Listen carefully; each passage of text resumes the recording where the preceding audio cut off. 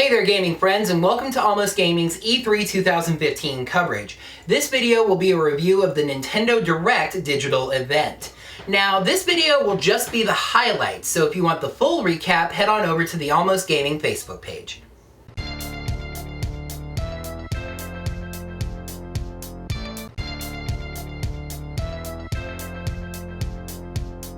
One advantage of doing a pre-recorded event versus a live event is that you can play with things a bit more.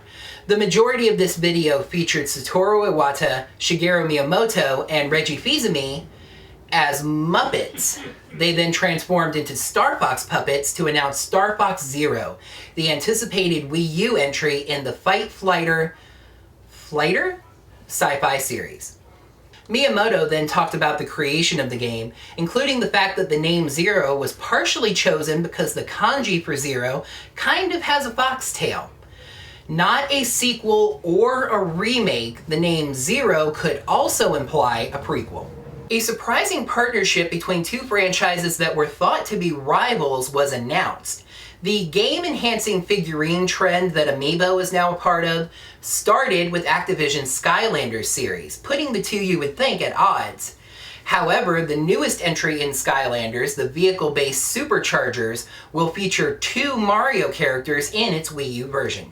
Hammer Slam Bowser and his Clown Cruiser, and turbocharged Donkey Kong and his Barrel Blaster will be a part of the game and have Skylanders figurines made for them. However, those figurines will also be Amiibo. They can be changed from one to the other via a twisting circle on the bottom. Do you remember how SNES classic Zelda: A Link to the Past was followed up by the GBA game Four Swords Adventures, which added multiplayer? Well, 3DS game A Link Between Worlds was considered something of a sequel to A Link to the Past, and now it seems that the Four Swords Adventures also has its own sequel in a way as well. Triforce Heroes is a 3DS game seemingly set in the A Link Between Worlds universe, featuring 3-player co-op multiplayer. The game is set in an area that is obsessed with fashion, which allows the players to have different outfits that unlock different abilities. The 3 links can also stack up in totem mode, which helps them serve vertical puzzles.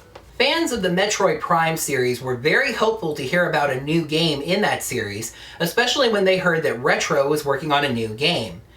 However, I don't think this is what they had in mind, especially since this isn't developed by Retro. Metroid Prime Federation Force is a 4-player co-op game on the 3DS that seems to take the Prime world and run it through the cuteness filter. Also included is Metroid Prime Blast Ball, which is a sci-fi 3-on-3 soccer thing. The Animal Crossing series is getting a new side entry, and we saw it after we got another look at Happy Home Designer. The Wii U is getting Animal Crossing Amiibo Festival.